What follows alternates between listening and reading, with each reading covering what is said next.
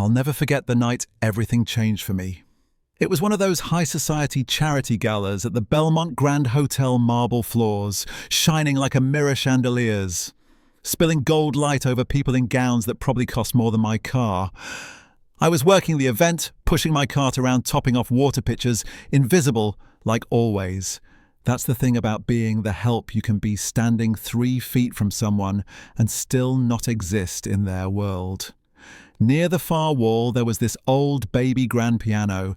Didn't match the rest of the room, a little scuffed keys, slightly yellowed, but it sat there like a forgotten guest. Then Marissa Caldwell, the hotel's most glamorous regular, and the night's host walked up to it. She was the kind of woman who looked like she'd been born in emerald silk hair, perfect smile, sharpened for the cameras. Surrounded by donors and reporters, she tapped the piano lid with her manicured nails and just loud enough for everyone to hear said, "If anyone here can play this flawlessly, I'll marry them tomorrow." The crowd laughed. It was the kind of easy, indulgent laughter rich people give each other. Nobody took it seriously. It was just Marissa being dramatic. I set down my pitcher mid-step. My hands, I don't even know why, but they were itching to touch those keys. So I walked over. "You mean that I asked and every conversation in the circle around her just stopped?" She looked at me like she'd just realized I was part of the furniture, and now suddenly the furniture was talking. "I suppose I do," she said with this little smirk. "Why are you planning to audition?"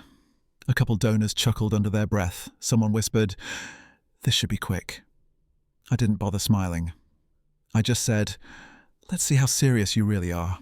The hotel manager took a nervous step forward, probably ready to shut this down, but Marissa was enjoying the attention. "By all means," she said, gesturing to the bench. I sat down, uniform and all, and let my fingers rest on the keys.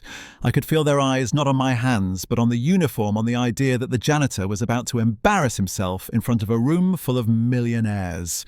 First notes, slow, deliberate, testing the piano's voice. It wasn't in perfect shape, but I adjusted without thinking.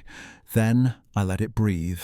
The melody started to weave, picking up speed, complexity, the way it always does when I stop thinking and let my hands take over.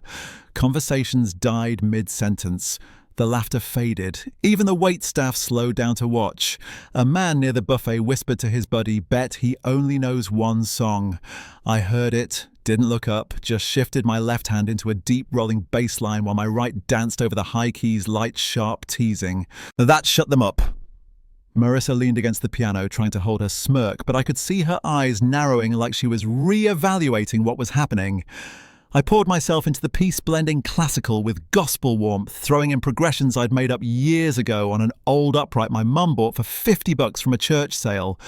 Some of those keys never even worked, but it was enough to teach myself. The room wasn't just listening anymore. They were leaning in, pulled into the story my hands were telling. I hit a slow, aching minor passage and felt the air tighten, then launched into a storm of cascading runs that filled the ballroom like thunder.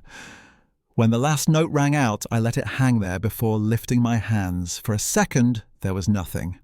Then the place erupted. Not polite applause, full-on cheers, whistles, people on their feet. Marissa clapped too, but I saw the way she was looking at me like she'd just lost a game she didn't know she was playing. "That wasn't what I expected," she said.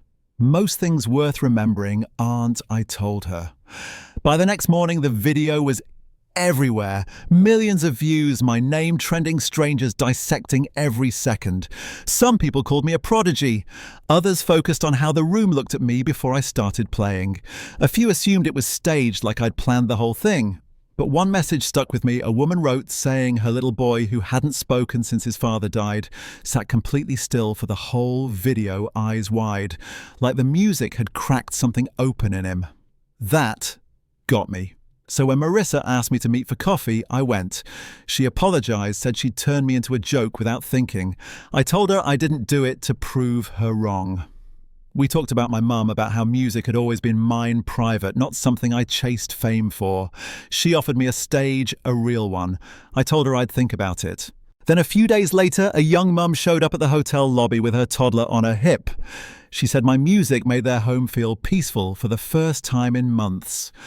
I realized then this wasn't just about me. 2 weeks later, I walked onto the stage at the Orpheum Theatre in Dallas as the featured act at her foundation's benefit. This time they came for me. No smirks, no condescension, just quiet waiting. I started with my own composition, gospel warmth, classical precision, swelling like a tide. 40 minutes later, I closed with the same piece I'd played at the gala. The ovation shook the room. People lined up afterward, not just to compliment me, but to tell me about guitars they'd stopped playing, canvases they'd stopped painting, dreams they'd boxed up because life got in the way. Walking out into the cool night air, I realized the music wasn't just mine anymore. It was a bridge between me and them, between who I'd been and who I might become.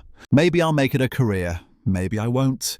But I know this: what you carry inside you matters, even if no one sees it right away, even if they laugh first. Sometimes the right moment comes when you're not asking for it. But you better be ready when it does. So, what do you think? Was that night about talent timing or the way people see you before they know you? Have you ever been underestimated and proved them wrong? Tell me in the comments. I want to hear your story.